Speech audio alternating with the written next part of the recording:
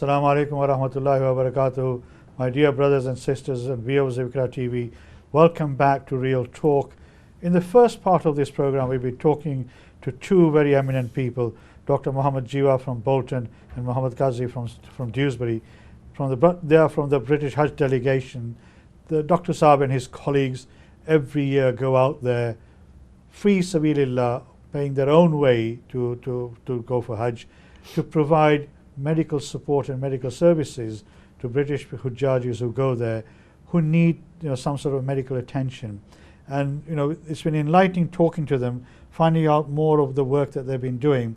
And in that discussions we've had, you made some really interesting points about, because I think out there's a notion that the government pays for you. So you go there, you make money out of it, and you provide medical aid, which is also paid for. But what you're saying to me is that is not the case. You are actually funding this whole and soul from your own pocket. So you pay for the travel, you pay for the hotel now, and you pay for you don't pay for the medication, because some very generous Muslim pharmacist out there around the Lancashire area has given you whatever medication you need and does not want to be recognized publicly for what he and she is doing. And may Allah bless him or her and his whole family for the work that they do. But I mean this, and also you take time out from your work. So you're a GP, you have limited time, annual leave. How does your family feel about this? Because how much time do you spend with your family? We have to coordinate it with school holidays. Right. So I'm in a practice with 9,500 patients. I've got 4 other partners. 2 of them are Muslim, the other Muslim doctor, and 2 are English doctors. And every year when we discuss annual leave, because when it's school holidays, all 5 doctors can't be off at one time because we have to run the surgery. The arrangements we have at the surgery purely for this purpose is that I get first choice of the Hajj period, and in return, I give them first choice for the Christmas period. Right. So the non-Muslim doctors, work in partnership with you. They do. Obviously, that's great, because without their cooperation, we wouldn't be able to do this. And in a jovial way, right? The Christian doctors tend to say, when are you going stone throwing again? and that's the way they recognise that I'll be going out for Hajj. So there's a bit of banter going on. There's a bit of banter. Yeah. So I get first choice. That's very good, and may Allah bless them as well for the sacrifice they've. But Muhammad, I mean, the logistics, obviously, of the operation is very important. It is, yeah. Right? I mean, organising everything. Yeah. I mean, what sort of challenges do you face in the work that you do in order to make sure that they can free themselves to treat the patients? Basically, the problems at this moment we're getting is especially visa problems. All right. At this moment, because there's a lot of issue with the visas. Right. As Muhammad Jiva just said, they're going this year through a group, tour operator group, from Manchester. Before that, they were getting visas, but at this moment we're just not getting help on that side. Right. So the Saudi embassy in London, you have to, like everybody else, make an application for visas, and like everybody else, some people get their visas 3 hours before the flight. So you suffer the same. Same problem I've got this year, because I don't know if I'm flying out or not this year. The doctors are definitely going, but there's myself and one of the other cousin of mine who's part of the delegation. We're still waiting. Right. So we just don't know. And as you know, next week is the last week. So it could be, or we won't, let's ask everybody to pray that your visa comes through very quickly, and inshallah you'll be able to go there, and you'll be able to help Dr. Muhammad Jiwa and his colleagues in the work that they do. But I mean, obviously, one of the issues we talked about very briefly is the medication. Now, if you run out of medication, Allah na kare, but if you do, what would happen? Would you have to go and buy it from the local pharmacy, or do the local hospitals support you in any way?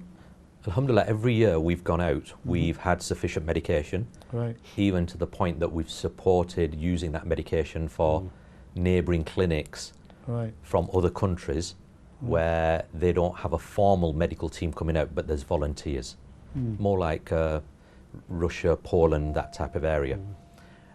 But what we tend to do is, where we can, give them a short course of treatment, and if there's a pharmacy available, ask them to go and purchase the rest of it. Right, I see. If we can give them a full course, we would.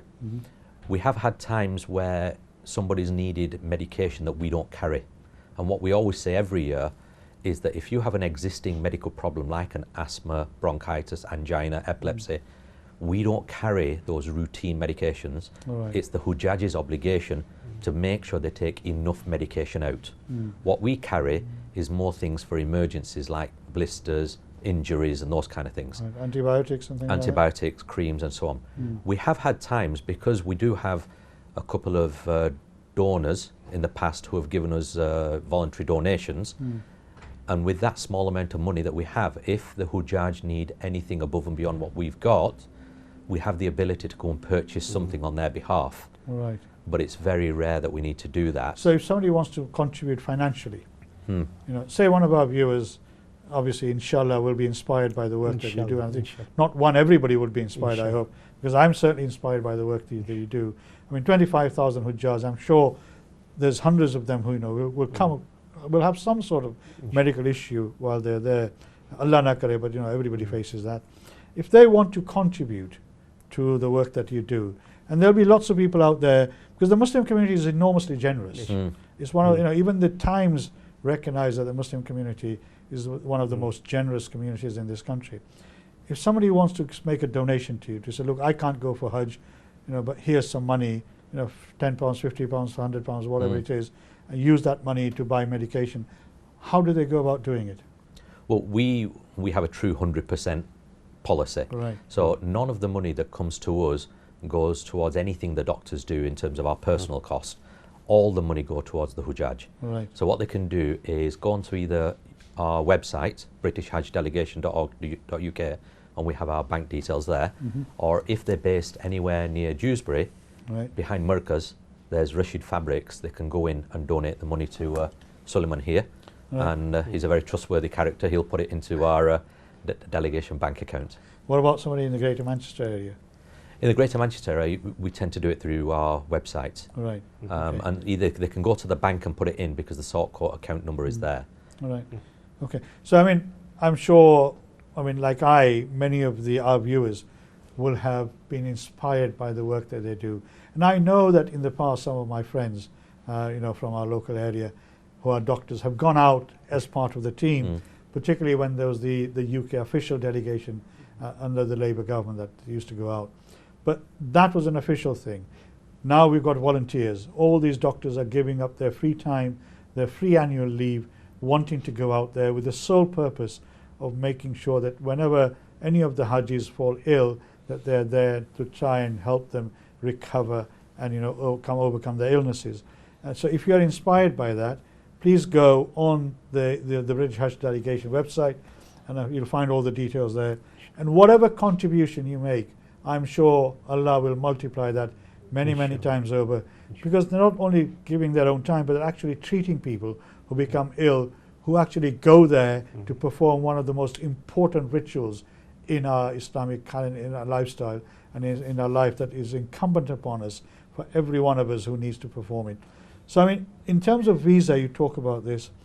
Now, the Saudi embassy, obviously, so sees this delegation not as something that provides an added value to the British Hajis, and therefore they don't seem to be giving you anything extra to make your life a lot easier, are they? No.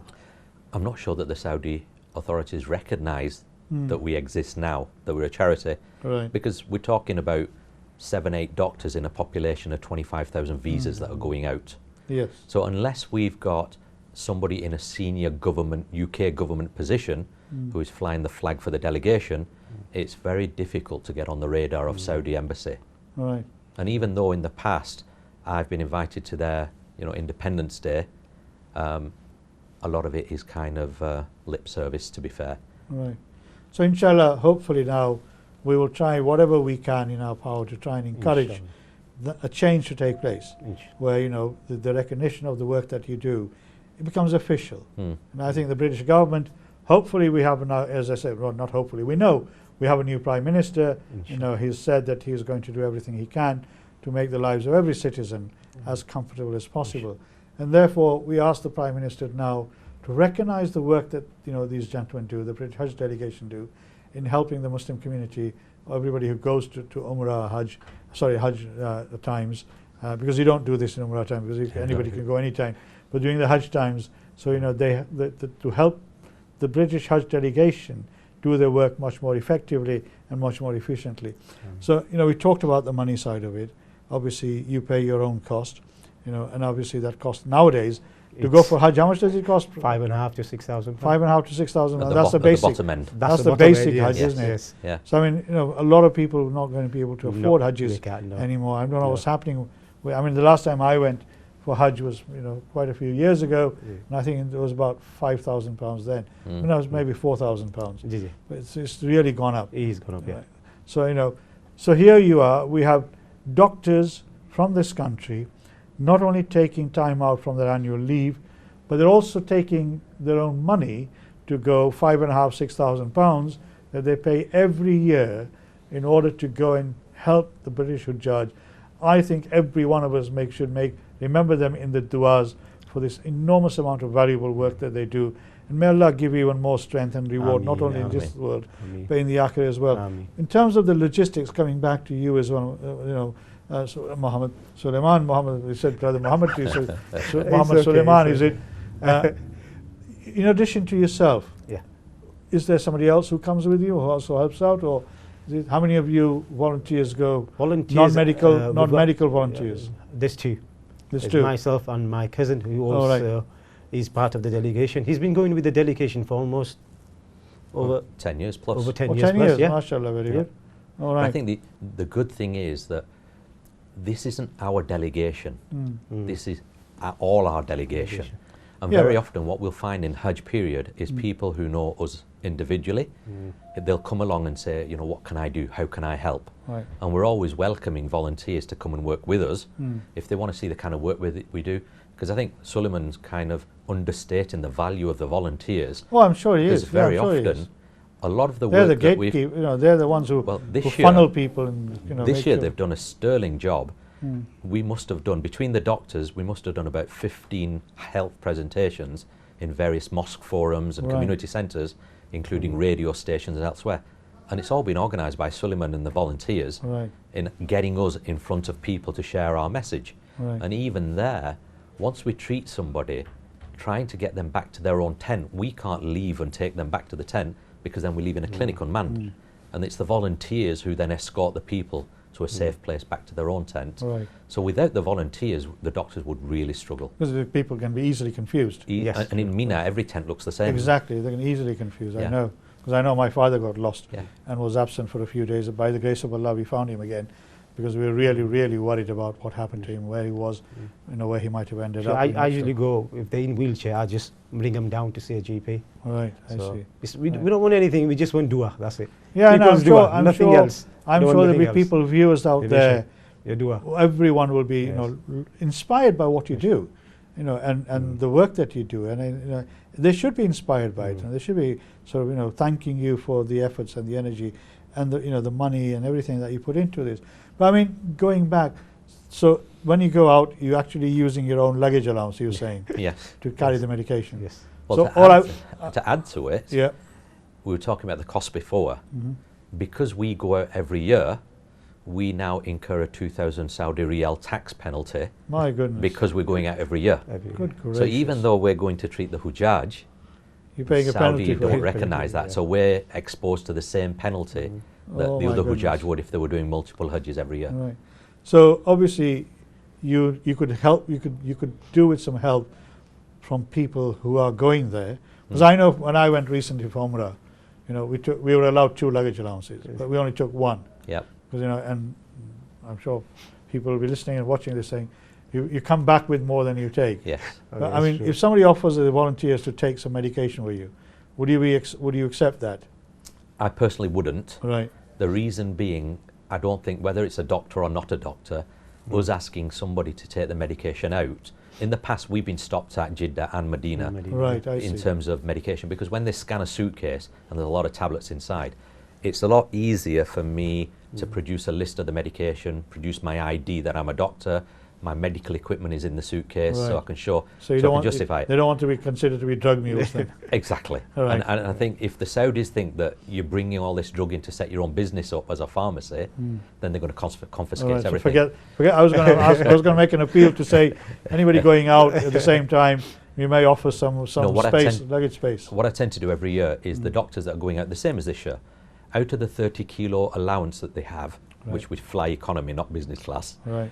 I always say to the doctors, reserve 7 to 8 kilos for the medicine. So each doctor will ensure that 7-8 kilos are left for the medicines. Rest of it they can use for their own personal items. Personal allowances, right? Gotcha.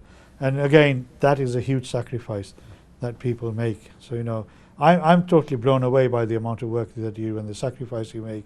And may Allah, as I say, gives you enormous amount of reward, not just in this world, but the world hereafter. But I mean, in a very short sort of 2 minutes, what are the key issues that you want to be addressed, apart from the recognition by the government in the UK, which inshallah, we'll try and get that, see we can make some difference to you. And then by default, obviously, Saudi will recognize you. But in addition to that, what would you like the Muslim community itself to do to make your life easier? I mean, the Hajjis will go there. Personally, for the people watching the show at the moment, everybody can do something. Right. The pharmacist donates drugs because he's got access to drugs. We donate our time because we're trained, and alhamdulillah we have the ability to go out there. There could be somebody watching who is a web designer who can look at our website and say, but I can do a better job than that. Let me do that for you. There may be somebody looking, saying, I can do something here in the community in terms of promoting the work you do and opening a door and inviting you to my community to share the message. There may be a Hujjaj who goes out there and says, okay, I've spent a lot of time in Haram. What I want to do is go and work with the doctors for an hour or 2 hours and help them deliver their service. I was going to come to that, sort of the winding up, to say anybody who wants to volunteer while they're out there, how can they contact you? Well, you said your website, your Facebook. Yeah. But somebody like me, I mean, Neanderthal, I'm not on social media. Yeah. I mean, the only thing I just about managed to use is WhatsApp. How can I contact you? Because I don't use Facebook. What is Instagram, Twitter, whatever else there is. So apart from WhatsApp, I'm useless at this sort of thing. Yeah. How do you communicate? I've got a very short time. The easiest way would find somebody younger who can use social media, and they'll get you the That's a good answer. I mean, obviously, somebody like me, I'm too old, past it, useless at this sort of stuff.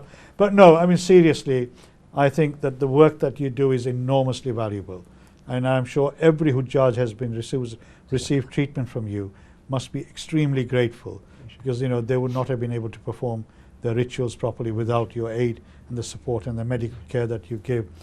And again, I sincerely mean that may Allah give you strength for the enormous amount of good work that you do. And everyone who's watching this program, and everyone who has been for Hajj, and I'm sure somebody would have been touched by Dr. Muhammad Jiwa and his colleagues if you become ill, and anybody who's going for Hajj, as Dr. Saab says, if you're healthy, subhanallah, count your blessings. If you're not well, please make sure that you contact one of these doctors through the website, through Facebook, whatever it is that is available to you, and go and see them. But much more importantly, if you have the ability and you have the strength, please go and volunteer and help them out, because I'm sure they could do with that. Dr. Saab, thank you very much for coming from all the way from Bolton. Dr. Muhammad, I'll give you Dr. Muhammad. Somebody said you don't look like a Maulana, but I'm going to change that to Dr. Sulaiman. Thank you for coming, and both of you. May Allah give you strength.